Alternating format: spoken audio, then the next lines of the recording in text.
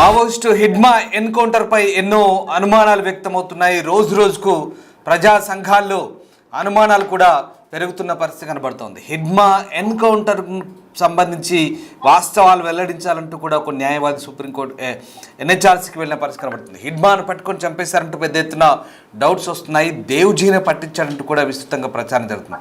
అయితే అవన్నీ పుకార్లేనంటూ పోలీసులు కొట్టిపారేస్తున్నారు. ఢిల్లీలోని హిడ్మాకు మద్దతుగా నిరసన తెలిపారు. ఎన్కౌంటర్ తర్వాత మావోయిస్టులో మరింత చర్చ జరుగుతుంది. కాల్పుల విరమణకు సిద్ధమంటూనే కండిషన్స్ పెడుతున్నారు మావోలు. మొత్తం మీద హిడ్మా ఎన్కౌంటర్ సంబంధించి అనేక అనుమానాలు కనబడుతున్నాయి. ఆసుపత్రిలో పట్టుకున్నారా, లొంగిపోయాడా, హిడ్మాను దేవ్జీని పట్టించాడా, ఎప్పుడు హిడ్మా చుట్టుండే అతడి టీం విజయవాడకు ముందే ఎలా వచ్చింది, ఎదురు కాల్పులు జరిగితే పోలీసులకు గాయాలు కాలేదా, పోస్ట్ మార్టం రిపోర్ట్ కావాలని ఆలస్యం చేస్తున్నారా? అయితే అంతకుముందు జర్నలిస్టుకు రాసిన లేఖ సంబంధించి కూడా ఇప్పుడు అనేక ఆసక్తికర చర్చలు అయితే జరుగుతున్నాయి. నవంబర్ 18న మారేడుమిల్లి అటవీ ప్రాంతంలో ఎన్కౌంటర్ అయితే జరిగింది. ఈ ఎన్కౌంటర్లో మోస్ట్ వాంటెడ్ హిడ్మా ఎలిమినేట్ చేయబడ్డాడు. అయితే హిడ్మా ఎన్కౌంటర్కి సంబంధించి అనేక అనుమానాలు కూడా వ్యక్తమవుతున్న నేపథ్యంలో ప్రస్తుతం నేషనల్ హ్యూమన్ రైట్స్ కమిషన్లో కూడా ఒక ఫిర్యాదు అందింది. న్యాయవాది విజయ్ కిరణ్ ఈ ఫిర్యాదు ఇచ్చాడు. ఇక దీనిపై ఇప్పటివరకు ఎఫ్ఐఆర్ నమోదు కాలేదని, దర్యాప్తు కూడా తటస్థ అధికారుల ద్వారా జరగలేదంటూ ఆయన ఎన్హెచ్ఆర్సీకి ఫిర్యాదు చేశారు. జాతీయ మానవ హక్కుల కమిషన్ను ఆశ్రయించారు. ఎన్కౌంటర్ ఫేక్ అంటూ కూడా ఆయన చెప్తున్న పరిస్థితి కనబడుతుంది. సో మొత్తం మీద హిడ్మా ఎన్కౌంటర్పై అనేక అనుమానాలు వ్యక్తమవుతున్న నేపథ్యంలో ప్రస్తుతం ఇదే ఒక ఆసక్తికర చర్చకు దారితీస్తుంది. అనేక ప్రశ్నలు అయితే లేవనెత్తున్న పరిస్థితి కనబడతా ఉంది. సో మొత్తం మీద మరోవైపు అతను లొంగిపోవడానికి ముందు కూడా ఒక జర్నలిస్టుకు లేఖ రాసినట్టుగా తెలుస్తోంది. అడవి నుంచి బయటపడడం తప్ప మరో మార్గం లేదు, తాను రావడం బాగా ఆలస్యమైందని, పార్టీ మొత్తం సరెండర్కు ఇప్పుడు సిద్ధంగా లేదని అంటూ ఆయన రాసిన ఒక లేఖ. ఎందుకంటే తన సహచరులపై కూడా నమ్మకం సన్నగిల్లిందంటూ భద్రతకు హామీ ఇస్తే సరెండర్ అవుతా అంటూ చివరిగా ఆయన ఒక ఆ ప్రాంతానికి చెందిన ఛత్తీస్గఢ్ చెందిన ఒక జర్నలిస్ట్ కూడా లేఖ రాసినట్టుగా కూడా ప్రచారం జరిగింది. అయితే మొత్తం మీద ఏం జరిగింది, హిడ్మా ఎన్కౌంటర్ సంబంధించి ఇంకా అనేక అనుమానాలు అయితే వ్యక్తమవుతున్నాయి. ఎన్కౌంటర్ జరిగి ఇన్ని రోజులు అయిన తర్వాత కూడా అతను ఎలా ఎన్కౌంటర్ జరిగింది, దీనికి సంబంధించి అసలు ఏం జరుగుతుందనే చర్చ కూడా జరుగుతుంది. రైట్, మా ప్రతినిధి శివశంకర్ రాజమండ్రి నుంచి జాయిన్ అవుతున్నారు. హిడ్మా ఎన్కౌంటర్ జరిగిన ఆ రోజు నుంచి కూడా ఆ ప్రాంతం నుంచి ఇప్పటివరకు మనకు రెగ్యులర్గా అప్డేట్స్ అందిస్తున్నారు శివశంకర్ మారేడుమిల్లి నుంచి. అలాగే అసలు ఏపీ వ్యాప్తంగా మావోయిస్టుల అరెస్టులు, ఈ ఎన్కౌంటర్, ఈ మొత్తం అంశాల గురించి ఒక్కసారి మాట్లాడే ప్రయత్నం చేద్దాం. Shivashankar, thanks for joining with us. Shivashankar, అసలు హిడ్మా ఎన్కౌంటర్ సంబంధించి యాజ్ వి డిస్కస్డ్ ఎర్లియర్, ఇంతకుముందే మనం మాట్లాడాం ఒకసారి, చాలా అనుమానాలు ఉన్నాయి. ఎందుకంటే మావోయిస్టు సానుభూతి పరులు రకరకాల అనుమానాలు, వాటిని కొట్టిపారేస్తూ పోలీసులు కౌంటర్ వేయడం, ఇదంతా కూడా చూసే ఉన్నాం. అయితే first of all Hidma encounter సంబంధించి కూడా ఇప్పుడు తలెత్తున్న అనుమానాల్లో మొదటిది ఏంటంటే, అసలు ఆయన్ని ఆసుపత్రిలో పట్టుకున్నారా లేదా లొంగిపోవడానికి వచ్చాడా, అతను ఎలా చంపబడ్డాడనేది ఫస్ట్ డౌట్. ఎందుకంటే ఒకవేళ ఎన్కౌంటర్ కనుక జరిగితే హిడ్మా చుట్టూ ఉన్నటువంటి సెక్యూరిటీ ఏదైతే ఉంటుందో 2-3 అంచెల భద్రతా వ్యవస్థ అంటారు, కానీ ఇక్కడ ఎవరికి పోలీసుల వైపు గాయాలు కూడా కాలేదనేది ఒక చర్చ. సో అసలు ఈ ఎన్కౌంటరే అంత బూటకం అంటూ కొంతమంది వాదిస్తుంటే, లేదా ఎన్కౌంటర్లో అతను ఎలిమినేట్ చేయబడ్డారంటూ పోలీసులు కూడా చెప్తున్నారు. సో ఎలాంటి చర్చ జరుగుతుంది శంకర్? చూసుకున్నట్లయితే ఏదైతే మోస్ట్ వాంటెడ్ మావోయిస్ట్ గా ఉన్న హిడ్మా ఎన్కౌంటర్ తర్వాత రోజుకు ఒక కథ పుట్టుకొస్తుందని చెప్పుకోవాలి. అయితే ఈ నేపథ్యంలో చూసుకున్నట్లయితే పూర్తిగా మనకి దీనికి సంబంధించి ఏదైతే హిడ్మాకి సంబంధించి 3 అంచెల వలయం ఉంటుంది. ఆ 3 అంచెల వలయంలో ఒక సెక్యూరిటీ ఉంటుంది. ఆ సెక్యూరిటీ మధ్యలో హిడ్మా ఎక్కడికైనా ప్రయాణం చేస్తారు. ఈ 3 అంచెల భద్రతను దాటి పోలీసులు తమ వద్దకి అంటే హిడ్మా దగ్గరికి చేరుకునే లోపే హిడ్మా మాయమవుతున్నాడు. ఇప్పుడు దాకా జరిగిందే ఇదంతా కూడా. ఇప్పటి వరకు కూడా అనేక ఎన్కౌంటర్ ప్లాన్ చేశారు. అనేక సార్లు ఎన్కౌంటర్ ఎదురుకాల్పులు, పోలీసుల ఎదురుకాల్పులు, అనేక సార్లు త్రుట్లో హిడ్మా తప్పించుకోవడానికి కారణం కూడా ఇదే అంటూ కూడా మావోయిస్టు సంఘాలు చెప్పిన పరిస్థితి కనిపిస్తుంది. అయితే ఈ నేపథ్యంలో చూసుకున్నట్లయితే అనేక డౌట్లు వ్యక్తం చేస్తున్న పరిస్థితి కనిపిస్తుంది. అసలు విజయవాడ ఎందుకు హిడ్మా వచ్చారు, విజయవాడ వస్తే విజయవాడ హాస్పిటల్ నుంచి అతన్ని పట్టుకుని అతని టీం అందరినీ కూడా వేరే వేరే చోట్ల పెట్టి ఒక్కొక్క చోట పట్టుకున్నట్లుగా పోలీసులు క్రియేట్ చేశారంటూ కూడా మావోయిస్టు సంఘాలు చెప్తున్న పరిస్థితి కనిపిస్తుంది. అయితే మొత్తంగా చూసుకున్నట్లయితే అసలు హిడ్మాని అంతం చేసేటప్పుడు, అంటే హిడ్మాని ఎన్కౌంటర్ చేసేటప్పుడు ఆ ప్రక్రియలో ఏదైతే ఎదురు కాల్పులు జరిగాయని చెప్తున్నప్పుడు ఒక్క పోలీసుకి కూడా ఎందుకు గాయం కాలేదు, ఒకరు కూడా ఎందుకు గాయపడలేదు అనేది ప్రధానమైన అంశాలు లేఖతీస్తున్న పరిస్థితి కనిపిస్తుంది. పూర్తిగా చూస్తున్నట్లయితే అసలు ఒక్క పోలీసుకి కూడా చిన్న డ్యామేజ్ జరగకుండా 13 మంది మావోల్ని ఎలా హతం చేశారు అని ప్రశ్నిస్తున్న పరిస్థితి అయితే కనిపిస్తుంది. అయితే ఈ నేపథ్యంలో ఈ రోజు ఒక లేఖ కూడా విడుదల చేశారు. 3 రాష్ట్రాల సీఎంని ట్యాగ్ చేస్తూ ఒక లేఖను కూడా విడుదల చేసిన పరిస్థితి కనిపించింది. అయితే పూర్తిగా చూసుకున్నట్లయితే దాంట్లో కూడా మేము ఆయుధాలు వదలడానికి సిద్ధం, అయితే దీనికి సంబంధించి మాకు ఇలాంటి భరోసాలు కావాలంటూ కూడా కొన్ని కండిషన్స్ కూడా అప్లై చేసిన పరిస్థితి కనిపిస్తుంది. అంటే కండిషన్స్ అప్లై అంటూ కూడా మావోయిస్టులు ఒక లేఖ రాశారు. ఏదైతే హిగ్మా ఎన్కౌంటర్ ని నిరసిస్తూ 23వ తారీఖున దేశవ్యాప్తంగా నిరసనలు తెలియజేయనున్నారు. ఢిల్లీ నుంచి కూడా గల్లీ వరకు కూడా చాలా చోట్ల దీనికి సంబంధించి కొంతమంది నిరసనలు కూడా తెలియజేసిన పరిస్థితి కనిపిస్తుంది. అయితే మా వాళ్ళకి కథ అర్థమైపోయిందా, మావోలు ఇలాంటి ఒక లేఖను విడుదల చేయడానికి కారణం కూడా లేకపోలేదు, ఇంకా నాయకుడు లేడు, నాయకుడు లేని ఛానల్ ఎదిరిపోతుంది కాబట్టి ఆపరేషన్ కగారు పూర్తిగా చివరి దశకు వస్తుంది. ఈ 2026 మార్చి కల్లా కూడా ఆపరేషన్ కగారు పూర్తి అవుతుంది. ఈ లోపు మావోయిస్టులు అందరూ కూడా లొంగిపోవాలి, లేదంటే ఖచ్చితంగా ఎన్కౌంటర్ చేస్తామంటూ కూడా దేశ హోంమంత్రి అమిత్ షా కూడా ప్రకటించారు. ఈ నేపథ్యంలో పూర్తిగా వాళ్ళు కూడా కొన్ని కండిషన్స్ ఇస్తూ మేము ఆయుధాలు వదిలేయడానికి సిద్ధం, కానీ కొన్ని కండిషన్స్ ఉన్నాయంటూ కూడా ఒక లేఖను కూడా రిలీజ్ చేసిన పరిస్థితి అయితే కనిపిస్తుంది. రైట్, అంటే ఇక్కడ ఇంకొక సందేహం కూడా కనిపిస్తుంది మనకి, ఎందుకంటే చాలా క్లియర్గా అంటే విజయవాడకు సంబంధించి కూడా మనం ఇందాక ఒక ప్రస్తావన తెచ్చినప్పుడు అంటే అన్ని టీం అంతా కూడా ముందే విజయవాడకు ఎలా వచ్చింది అనేది ఒక డౌటు. సరే, విజయవాడకు వచ్చిన తర్వాత వీళ్ళని డివైడ్ చేసి మారేడుమిల్లికి తీసుకెళ్లారా, లేదా అక్కడి నుంచి వేరు వేరు ప్రాంతాలకి వీళ్ళని డైవర్ట్ చేశారా ఏంటనేది ఒక సందేహం. సో మొత్తం మీద అక్కడ ఒక డైరీ దొరికిందన్నారు, ఆ డైరీ ఆధారంగానే వీళ్ళని పట్టుకున్నామంటూ పోలీసులు చెప్తున్న పరిస్థితి.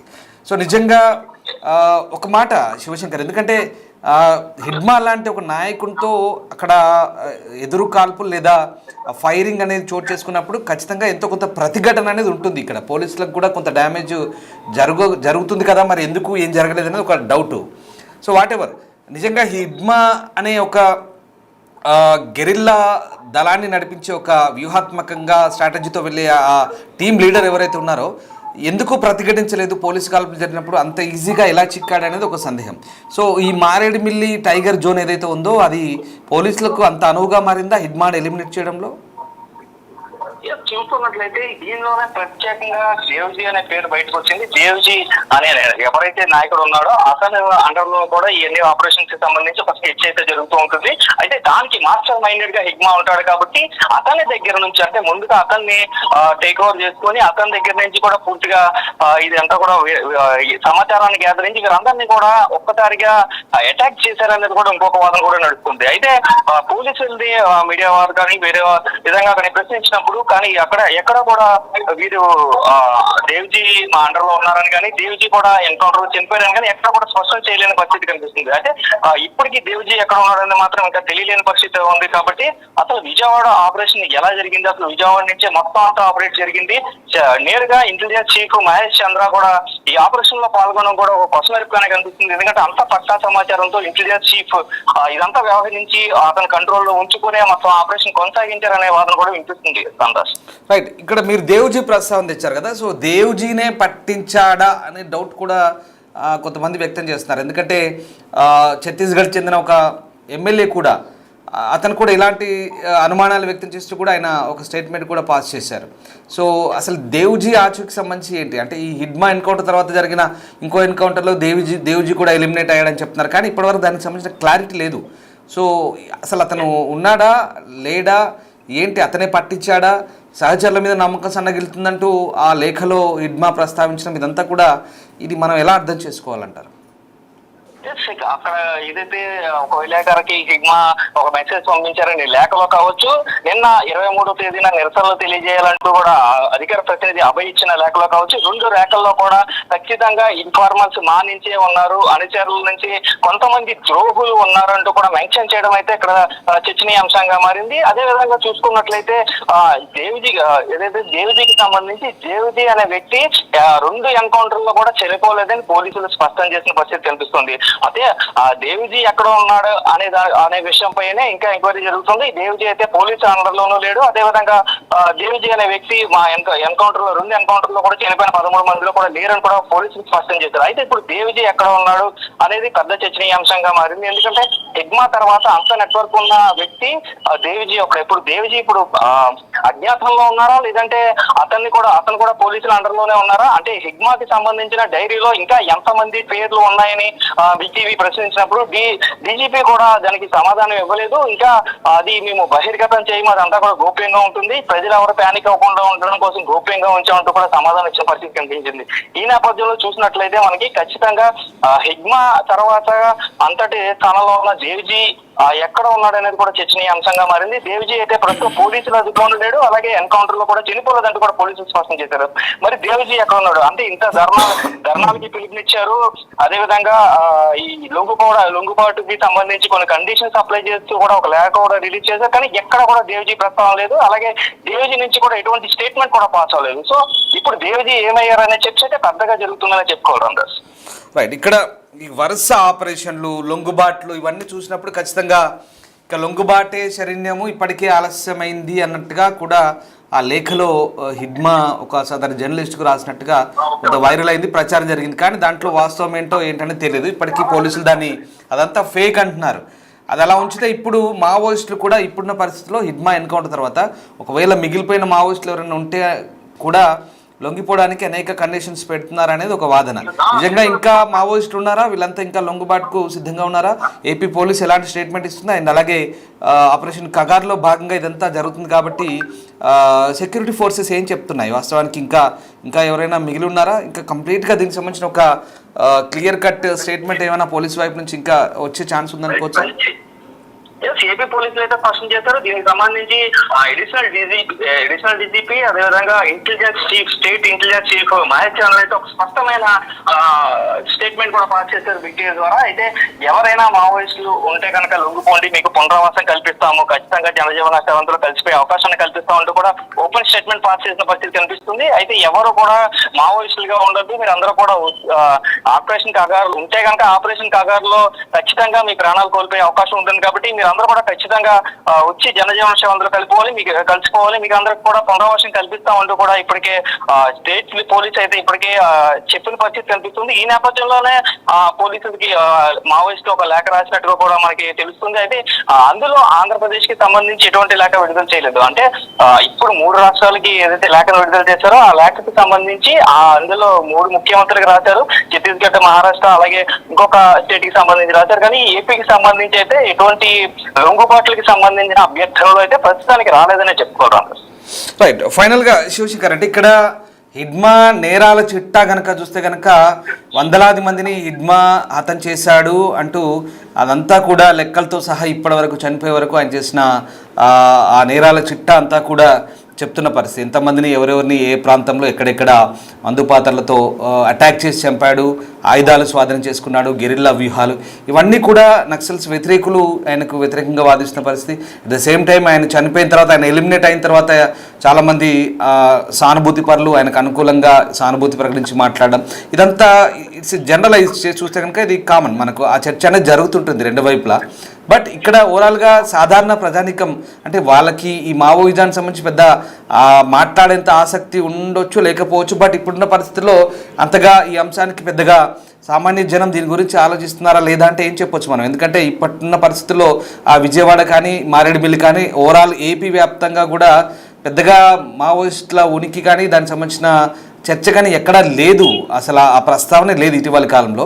బట్ ఇది జరిగిన తర్వాత ప్రశాంతంగా ఉండే కోస్తాంధ్ర ప్రాంతంలో కృష్ణా జిల్లాలో మావోయిస్టుల పట్టుకోవడం, ఎన్కౌంటర్ జరగడం, ఇదంతా కూడా ఇదంతా కూడా కొత్తగా ఇప్పుడు మళ్ళీ ఏపీ ప్రజల్లో ఎలాంటి చర్చ జరుగుతుంది? ఈ ఘటన జరిగిన తర్వాత ఓవరాల్గా విజయవాడ సిటీలో కానీ అలాగే కోస్తాంధ్ర వైపు కానీ రాజమండ్రి వైపు కానీ ఈ గోదావరి జిల్లాలో కానీ ఎట్లాంటి చర్చ జరుగుతుంది శివశంకర్?